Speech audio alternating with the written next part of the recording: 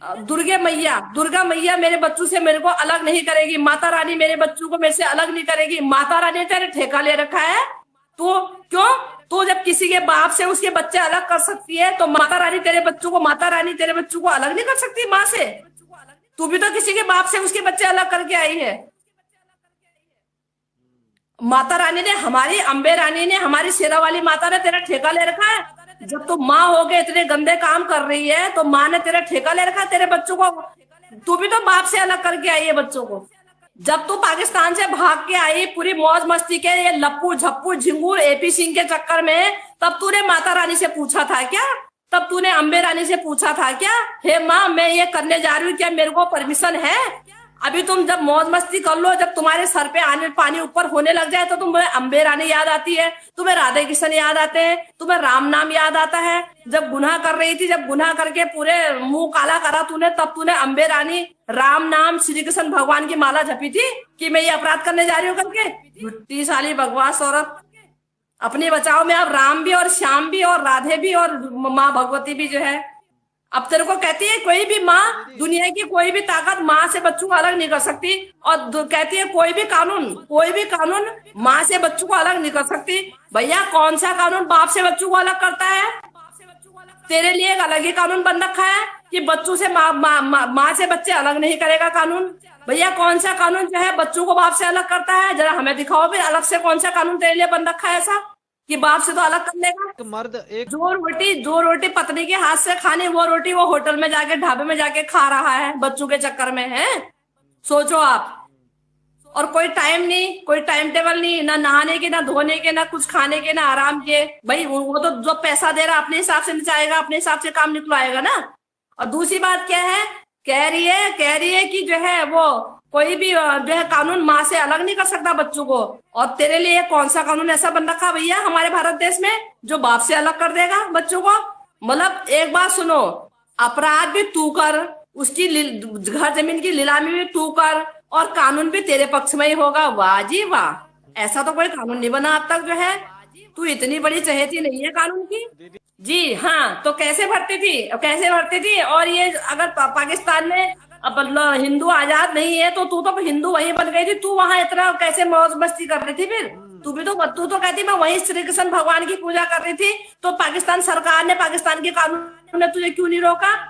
अगर तू कहती कि हिंदुओं पे अत्याचार होता है, तो कहने का मतलब है ना, कईयों को क्या होता है, मैं कईयों को ऐसा होता है ना, फ्रेश खाना जो होता है ना, जैसे साफ सुथरे थाली में लगा के दो, तो वो पसंद नहीं आता उनको। कईयों को होता पत्तल ही चाटने का शौक होता है, तो वहीं तक सीमित रहते हैं। उनको क्या होता है, जब तक वो जूठन नहीं खाएंगे उनका पेट ही नहीं भरता। कई लोगों का आपने देखा होगा, वो उनका शौक हो जाता है, जब तक वो जुट्ठा नहीं खाएंगे तब तक उनका पेट नहीं भरता। ये क्या है कि इसकी परवरिश शुरू से ही गंदी थी। ये इसके अंदर जो लोगों में ब्लड जा रहा है वो बहुत गंदगी वाला ब्लड है। इसकी जो परवरिश थी, इसकी जो एक शिक्षा दी गई है, बहुत गलत उसके हाथों में दी गई है। और ये शुरू से इसकी मानसिकता ये रही, आजादी मौज मस्ती। और प्लस फिर ये हुआ कि गुलाम हैदर का भी बाहर जाना। इसको जो पहले मैंने एक कहावत आपको पहले ही बोली थी कि पहले मियाँ थे वैसे, फिर ऊपर खाए भांग, ऊपर से इसको और आजादी मिल गई। तो ये खुले, बिल्कुल जैसे खुले जो सांड मैदान में घूमता है, इसका वो हाल हो गया। तो कुल मिला के ये है कि सारी चीजें इकट्ठी हुई और उसको इस तरह से हो गई है। एक तरह से इसको बोलेंगे कि एक अभी नोएडा में या वही एपी सिंह ने उसका केस लड़ा था, लेडी डॉन करके उनकी शादी हुई थी, आपने देखा होगा वो वीडियो। तो ये भी वही लेडी डॉन है, ये भी वही लेडी डॉन कहेंगे इसको भी जो है, ये भी वही लेडी डॉन है। उसकी उस लेडी डॉन के भी आपने नहीं, उस लेडी डॉन के भी आपने चेहरे में कहीं शिकन देखी? कहीं नहीं देखी होगी। तो बस ये इस तरह की जो लेडीज होती है ना, ये कहते रहे, ये अंजाम की परवाह नहीं करती, ये लेडी डॉन ही कहलाएंगी। इन महिलाओं को, ये महिलाएं कोई एक हम जैसी महिलाएं थोड़ी होती हैं, ये लेडी डॉन की काउंट में आती हैं। इन्हीं को लेडी डॉन कहा जाता है, और अलग से नहीं होती। वो मिलते तो बहुत सारे हैं, वो इन्हीं केसों में उसको, वो है ही इसी तरह का ना, उसकी प्रवृत्ति जो है, उसकी मानसिक प्रवृत्ति भी इसी तरह की है जैसे ये इसको केस मिलते हैं। वो ये केस लड़ते लड़ते, इस तरह के केस लड़ते लड़ते खुद भी ऐसी बन गया है। ये खुद ही मतलब आधा पागल तो ये हो ही गया है, आधा पागल हो गया ये औरतों के चक्कर में। और हमेशा औरतों का ही केस पकड़ेगा, हमेशा औरतों का ही केस पकड़ेगा ये, आपने देखा होगा। तो भैया ऐसा है ना, कोर्ट आदेश देगी ना, कोर्ट आदेश देगी, कोर्ट के आदेश पे इनको नोटिस, मेरे ख्याल से अब इनको नोटिस जा चुका होगा या जाने वाला होगा। जो अगला स्टेप है यही है। अब जब धाराएं जब धाराएं इन पे जो लग गई हैं, जो धाराएं इन पे जो एकदम वो कर दी गई हैं, अब इनका अगला जो स्टेप है वो यही है, इनको जो है अरेस्टिंग का होगा, कोर्ट के आदेश होंगे और इनको अरेस्ट मतलब करके लेके आओ, वही जेल डालो। फिर जेल से क्या होगा मैं बताती हूँ आपको। जब ये जेल डाल दिए जाएंगे तो उनके उसके बाद भी इनकी तारीखें लगेंगी अपने हिसाब से ले। और जहां तक हमारी सोच समझ है, वहां अगर देखा जाए तो वो धारा इस केस में सबसे ज्यादा इम्पोर्टेंट थी। उस धारा के अंदर देखिए ना, पहले जो शुरू जो होता है, जब आप दूसरे देश में, कंट्री में कोई मतलब कुछ भी क्राइम करते हैं, तो सब पहला क्राइम तो आपका यही है ना कि जब आप बॉर्डर कैसे एंट्री किए, सबसे बड़ा क्राइम तो वहीं से काउंट होगा आपका। भाई आप एंटर करने के बाद क्राइम कर रहे हैं वो तो बाद में आ गए, भाई सबसे बड़ा बड़ा क्राइम तो आपका यही माना जाएगा कि आपने बॉर्डर चोरी से एंट्री कर किया। इस धारा को मैं बताती हूँ आपको, इस धारा को देखो हटाना नहीं चाहिए था। ये धारा तो इस केस की मजबूती है। ये धारा गुलाम हैदर के केस में ये धारा बहुत इंपॉर्टेंट रखती है। ये धारा से केस मजबूत होता है जब आदमी सबसे बड़ा, अगर आप उसकी सारी जो क्राइम है उनको आप इम्पोर्टेंट मान रहे हैं, तो सबसे बड़ा इम्पोर्टेंट और सबसे बड़ा गुनाह तो यही है कि उसने चोरी से बॉर्डर एंटर किया, इलीगल तरीके से। सबसे बड़ा धारा में सबसे जो पॉइंट है यही है।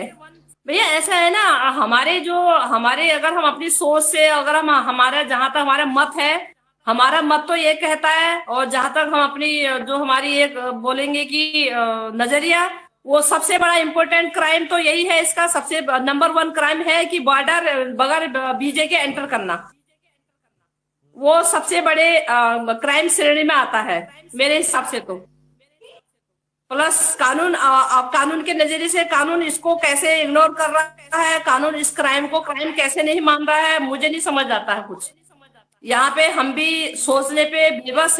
इसकी जमानत तो देखो 10 महीने से जमानत पे तो है ये, 10 महीने से जमानत पे तो है ये। अभी कितना इसको जमानत पे भाई मौज मस्ती के लिए छोड़ोगे, कितना हलवा पूरी खिलाओगे इसे भाई? 10 महीने से हलवा पूरी तो खा रही है ये।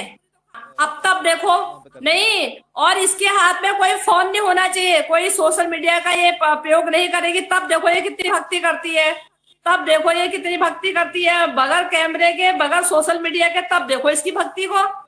कभी भूले भटके से भी दूसरा भी अगर कोई कहेगा ना मेरी फोटो से तेरी इससे अपनी वो बना लूं, तेरी फोटो बना लूं वीडियो, तो कहेगी नहीं।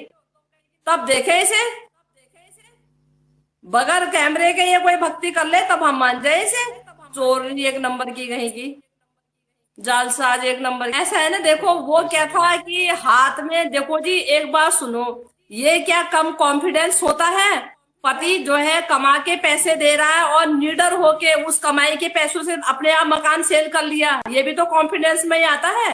तो इसको आजादी यहाँ से नहीं वहीं से थी, ये आजाद पंछी वहीं से थी, यहाँ से नहीं। आजाद चिड़िया वहीं से थी, आजाद आवारा वहीं से थी। नहीं तो भैया एक बात सुनो, कहती है मैं वहीं से हिंदू थी, मांग भरती थी। मांग भरने में कोई ऑब्जेक्शन है क्या? पाकिस्तान सरकार क्या रोक लगा रही है? नहीं, पाकिस्तान सरकार क्या मांग भरने में रोक लगा रही है? बेवकूफ पट्टी कहेगी।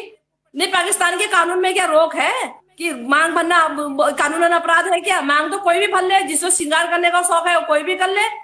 तो भैया जब तलाक ही नहीं हुआ तो लिखा ही रहेगा, जब पत्नी उसी की थी, वो जब पत्नी उसी की थी तो वही तो लिखा रहेगा। और क्या लिखा रहेगा? उसी के घर में रह रही थी, पत्नी उसी की थी, उसी की कमाई खा रही थी, उसी की कमाई को वहां पे सब तबाह करके आ गए। जब पत्नी उसी की थी जो है, अरे मैं वही ना मैं कह रही हूँ, तू तो कह रही मैं पाकिस्तान में हिंदू बन गई थी। जब तू भगवान श्री कृष्ण की पूजा कर रही थी, हिंदू धर्म तूने वहीं से अपना लिया था, तो पाकिस्तान में तेरा विरोध नहीं किया? तुझे काट के नहीं फेंका फिर वहां? तू कैसे जिंदा रह गई फिर वहां पे? बकवास करती है, कह रही हिंदुओं की तो वहां यू दशा होती है, हिंदुओं की तो वहां वो दशा होती है। कोई हिंदू तो लाइव में आके बोल नहीं रहा हमारी ये दशा हो रही करके जो है। तुझे बड़ी पड़ी है, तू हिंदुओं के बारे में तो सोच रही है, और जिसका पूरा तबाह करके आ गए उसके बारे में नहीं सोच रही तू।